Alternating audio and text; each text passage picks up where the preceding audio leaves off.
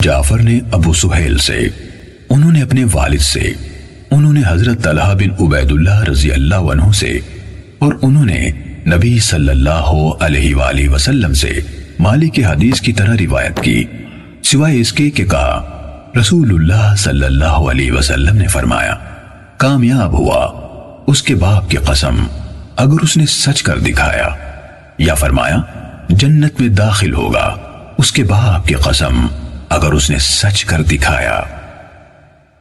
صحیح مسلم حدیث نمبر 101۔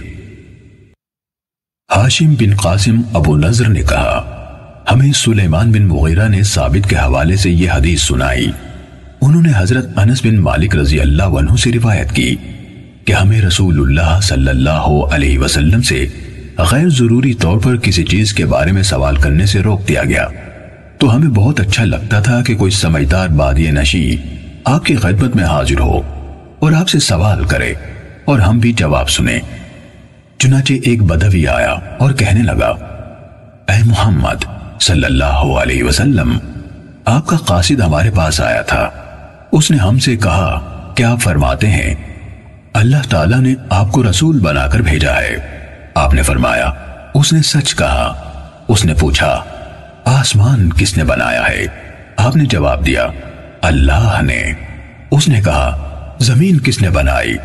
آپ نے فرمایا اللہ نے۔ اس نے سوال کیا یہ پہاڑ کس نے گاڑے ہیں اور ان میں جو کچھ رکھا ہے کس نے رکھا ہے؟ آپ صلی اللہ علیہ وسلم نے فرمایا اللہ نے۔ بدوی نے کہا اس ذات کی قسم ہے جس نے آسمان بنایا، زمین بنائی اور یہ پہاڑ نصب کیے، کیا اللہ ہی نے آپ کو رسول بنا کر بھیجا ہے؟ آپ صلی اللہ علیہ وسلم نے جواب دیا ہاں۔ اس نے کہا آپ کے قاصد نے بتایا ہے کہ ہمارے دن اور رات میں ہمارے ذمے 5 نمازیں ہیں۔ آپ نے فرمایا اس نے درست کہا۔ اس نے کہا اس ذات کی قسم جس نے آپ کو بھیجا ہے، کیا اللہ ہی نے آپ کو اس کا حکم دیا ہے؟ آپ نے جواب دیا ہاں۔ اس نے کہا آپ کے الچی کا خیال ہے کہ ہمارے ذمے ہمارے مالوں کی زکوٰۃ ہے؟ آپ نے فرمایا اس نے سچ کہا۔ بدوی نے کہا اس ذات کی قسم جس نے آپ کو رسول بنایا، کیا اللہ ہی نے آپ کو یہ حکم دیا ہے؟ آپ نے جواب دیا ہاں۔ اعرابی نے کہا آپ کے الچی کا خیال ہے کہ ہمارے سال میں ہمارے ذمے ماہ رمضان کے روزے ہیں؟ آپ نے فرمایا اس نے صحیح کہا۔ اس نے کہا اس ذات کی قسم جس نے آپ کو بھیجا ہے، کیا اللہ ہی نے آپ کو اس کا حکم دیا ہے؟ آپ صلی اللہ علیہ وسلم نے فرمایا ہاں۔ وہ کہنے لگا آپ کے بھیجے ہوئے قاصد کا خیال ہے کہ ہم پر بیت اللہ کا حج فرض ہے، اس شخص پر جو اس کے راستے کو طے کرنے کی استطاعت رکھتا ہو۔ آپ صلی اللہ علیہ وسلم نے فرمایا اس نے سچ کہا۔ حضرت انس رضی اللہ عنہ نے کہا پھر وہ واپس چل پڑا اور چلتے چلتے کہا اس ذات کی قسم جس نے آپ کو حق کے ساتھ بھیجا ہے، میں ان پر کوئی اضافہ کروں گا نہ ان میں کوئی کمی کروں گا۔ اس پر نبی کریم صلی اللہ علیہ وآلہ وسلم نے فرمایا اگر اس نے سچ کر دکھایا تو یقیناً جنت میں داخل ہوگا۔ صحیح مسلم حدیث نمبر 102۔ باس نے کہا ہمیں سلیمان بن مغیرہ نے ثابت سے حدیث سنائی اور انہوں نے حضرت انس رضی اللہ عنہ سے روایت کی، انہوں نے کہا ہمیں قرآن مجید میں اس بات سے منع کر دیا گیا کہ بلا ضرورت کسی چیز کے بارے میں آپ سے سوال کریں۔ اس کے بعد باس نے اسی حدیث کی مانند حدیث بیان کی۔ صحیح مسلم حدیث نمبر 103۔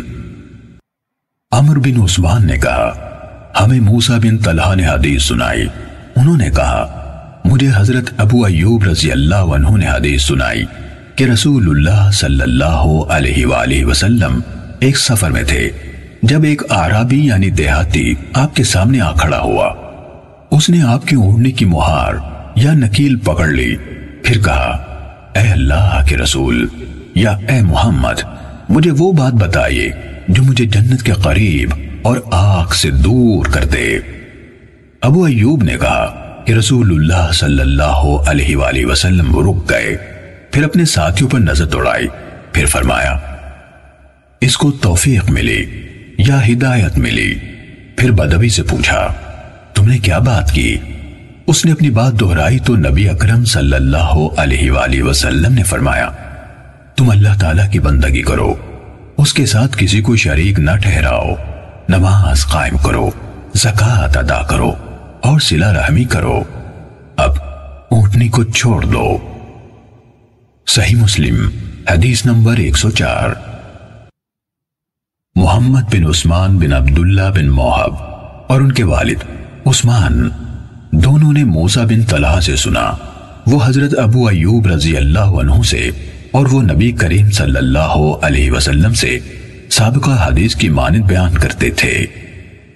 صحیح مسلم حدیث نمبر 105۔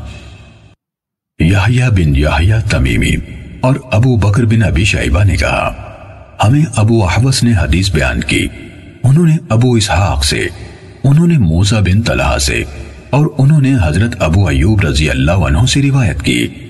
انہوں نے کہا ایک آدمی نبی صلی اللہ علیہ وآلہ وسلم کے پاس آیا اور پوچھا مجھے کوئی ایسا کام بتائیے جس پر میں عمل کروں تو وہ مجھے جنت کے قریب اور آگ سے دور کر دے۔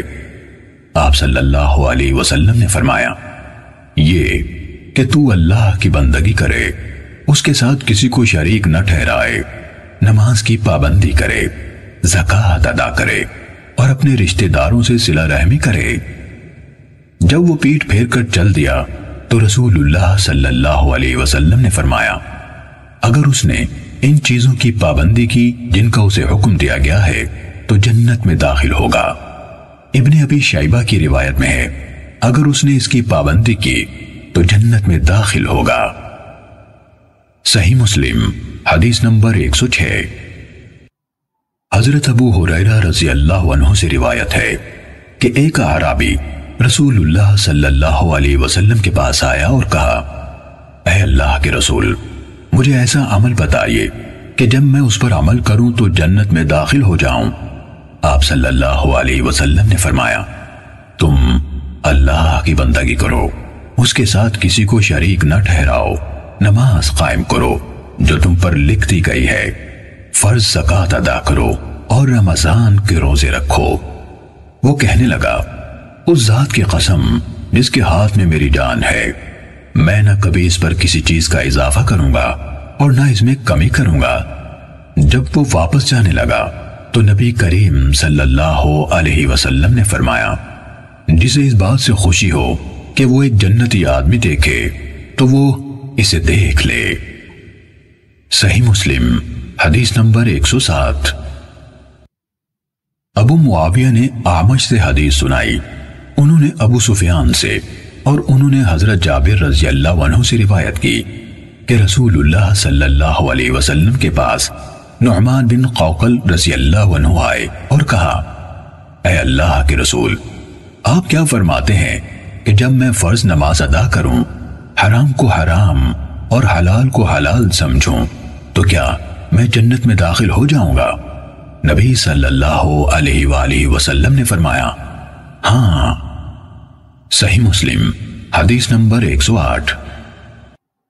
شیبان نے اعمش سے، انہوں نے ابو صالح اور ابو سفیان سے اور انہوں نے حضرت جابر رضی اللہ عنہ سے روایت کی، انہوں نے کہا نعمان بن قوقل رضی اللہ عنہ نے عرض کی اے اللہ کے رسول، پھر اس سابقہ روایت کی طرح ہے اور اس میں یہ اضافہ کیا اور اس پر کسی چیز کا اضافہ نہ کروں گا۔